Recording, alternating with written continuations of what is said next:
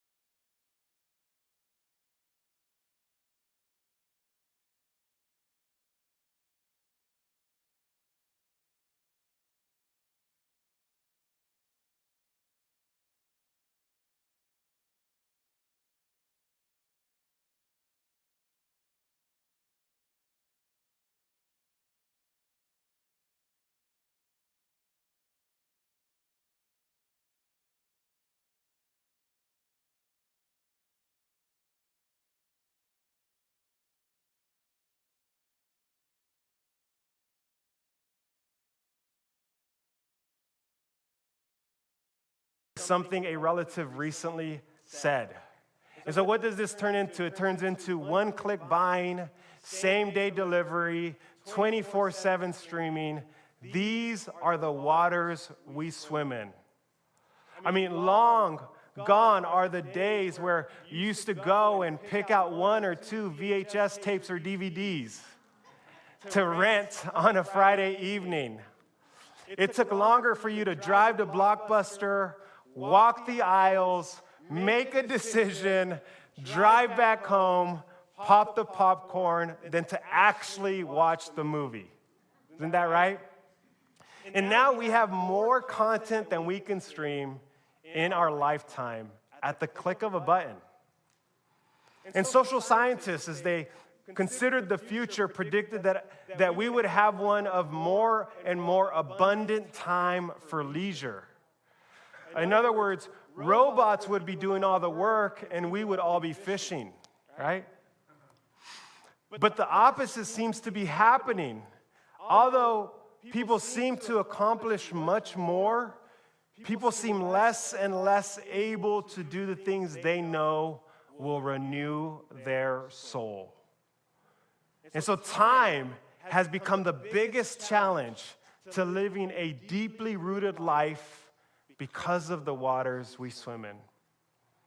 So there's been plenty of things written about this, but one of my favorite voices in this is Pastor Rich Villodas, who writes in The Deeply Rooted Life the following: what would it look like to live at a different pace? What if there were a rhythm of life that could instead enable us to deeply connect with God, a lifestyle not dominated by hurry and exhaustion, but by margin and joy? As long as we remain enslaved to the culture of speed, superficiality, and distraction, we will not be the people God longs for us to be. And there we have the "who are we becoming" question. And so I believe that we are at a crossroads. We either learn to live at the speed Jesus models, or we live the kind of lives that result in speeding on Christmas Day. Friends, what's it going to be? And so I want us to look at a practice that Jesus offers to help us slow down and become people of presence. You can find glimpses of it in Luke chapter 5, so we're going to go there. This is a very popular story. We're going to read it, and then I'm going to share some of my observations. It says in Luke chapter 5, beginning in verse 12, while Jesus was in one of the towns, a man came along who was covered with leprosy. That's a skin disease. When he saw Jesus, he fell with his face to the ground and begged him, "Lord, if you are willing, you can make me clean." Jesus reached out his hand and touched the man. "I am willing," he said. "Be clean." And immediately the leprosy left him. Then Jesus ordered him, "Don't tell anyone, but go show yourself to the priest and offer the sacrifices that Moses commanded for your cleansing as a testimony to them."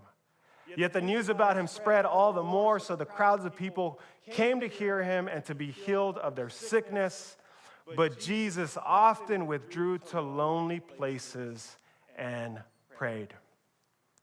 Now, this account, like many accounts in the life of Jesus, they demonstrate this really consistency in his life, and that's that he was always aligned with God's will and aware of the needs of the people in front of him. So let me say that again. When you look at the life of Jesus, you see a consistency in being aligned to God's will. Jesus knew the Father's heart. And at the same time, I would say because of that, he also knew the deep needs of the people that he encountered. Right?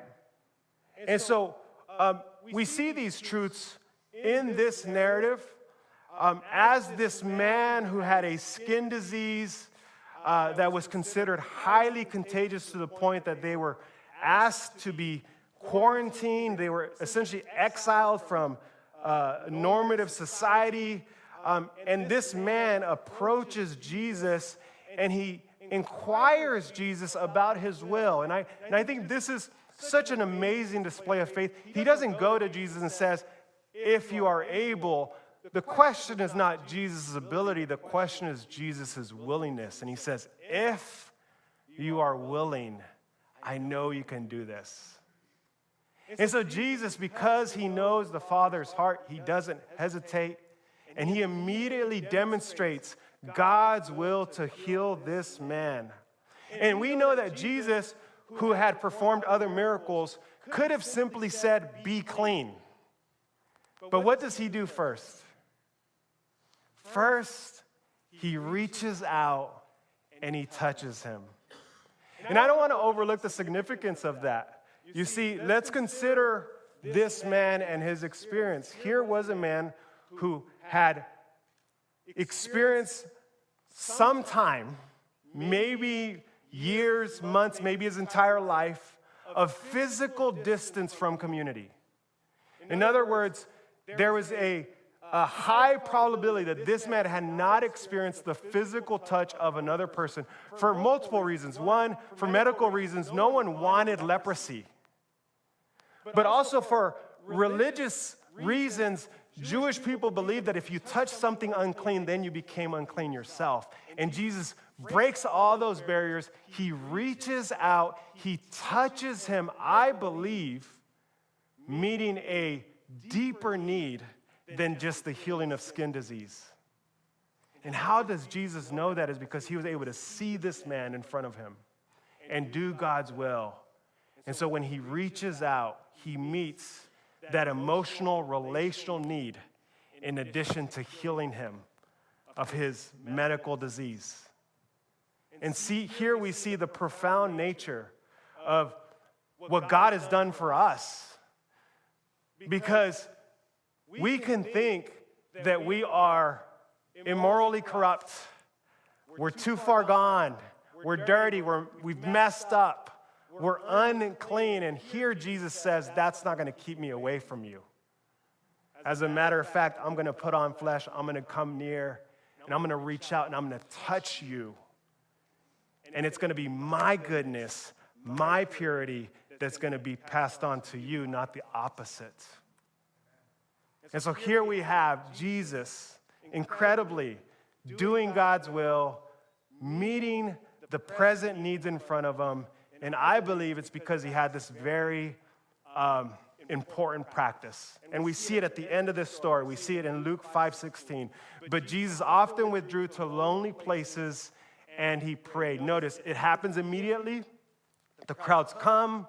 He probably teaches, he heals some more. But he goes away. And it says that he often withdrew to lonely places and prayed.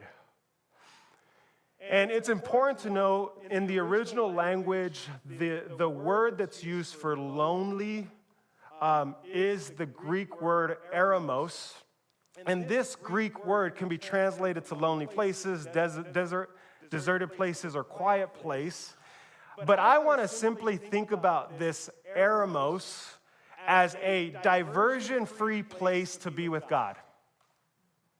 This was Jesus' practice. He got away in such a way where he was free of distraction with the goal to be in the presence of God, to hear his voice, to connect with him, to be fueled by his love, to be refueled for his mission. And this was his practice, to get away in a distracted-free place to be with God. And not only do we see Jesus going to the eremos, but if we read Matthew's account of this very same event, we see this. When Jesus came down from the mountaintop, he then encountered this man with leprosy. What does that mean? That prior to healing this man, Jesus had spent time in the eremos, and then after healing this man and others, Jesus went back to the eremos. And so here is the practice that I want to highlight. Jesus lived with a consistent rhythm of retreat and return. Retreat, retreat, and return. Retreat to be with God, and return to be with people. And as I think about that, one of the challenges is that culture either wants to do one of both. We retreat, not to be with God, but to escape, to isolate, to disengage, or we return to be with people and that's it, that our life is simply with others in a life of distraction and busyness. But yet Jesus, he has this balance where he's able to spend time with God, to return back with people. And we see this over and over in the Gospels. As a matter of fact, this is consistent. If you look at his life, he's either coming from being with God or he's returning to be with people. And this is what I believe made Jesus' life so incredible. His outer life, his teachings, his treatment of the poor, the vulnerable, the sick, like this man with leprosy, his exhortations to those in authority, what he valued and prioritized, all of that was a byproduct of his inner life, of his time in the Eremos, his time in retreat, seeking to be in the presence of God. I believe this is where he cultivated his discernment to God's will and prepared him to love those that would cross his path that day. Are you with me? And so because of this observational practice of Jesus, I then want to suggest that to become present people, we need to follow Jesus in the way of retreating to be with God and returning to be with people. And so let's start with what it looks like to retreat to be with God regularly as a way of life, especially knowing that this is going to be an upstream battle, especially knowing that this is the waters that we swim in go against this practice. However, if we are going to be followers of Jesus and be shaped by his life and teaching, we must be people who practice this foundational way of life. We need to often retreat, daily retreat, to be in our modern forms of Eremos, our modern forms of distraction-free places to meet with God. And so, my question is, what could that look like for you? What could an Eremos, a distraction-free place, look like for you? I want to offer some possibilities. There's no one right way to do this, but for some of us, it could mean that we wake up early in the morning before the kids are up or before we have to rush out to be in work, at work or school. And in order to accomplish this, in order to be able to get up and have distracted free time before those responsibilities, it means that we might have to have better bedtime habits, right? Getting to bed earlier the night before so that we can be able to get up earlier that morning. Maybe for us, starting and ending our day without distractions could look like seeking the voice of God by reading scripture, or praying the Psalms, or quiet contemplation, or journaling. These are the activities we do when we're in the Eremos. For others, it's not an end or start or end of the day activity. It's making midday pauses,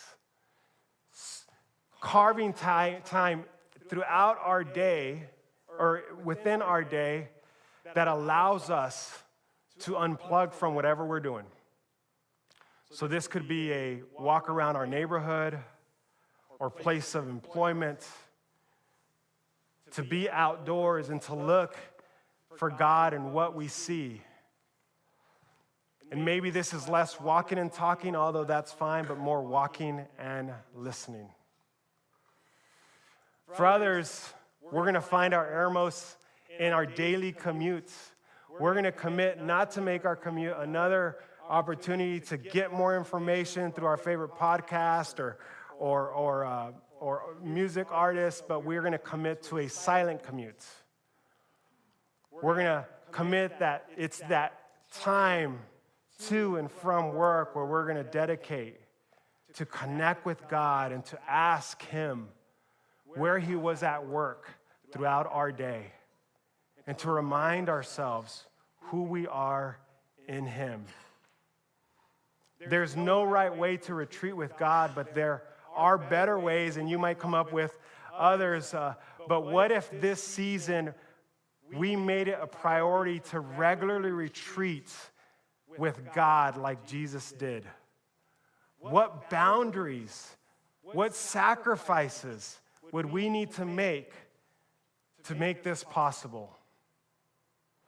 But it doesn't end there. We want to do this because the purpose of retreating with God is to return to be present with people, to return to be able to see the needs of those around you. The goal to be present with people and offer them the truth and love that you receive during your retreats with God.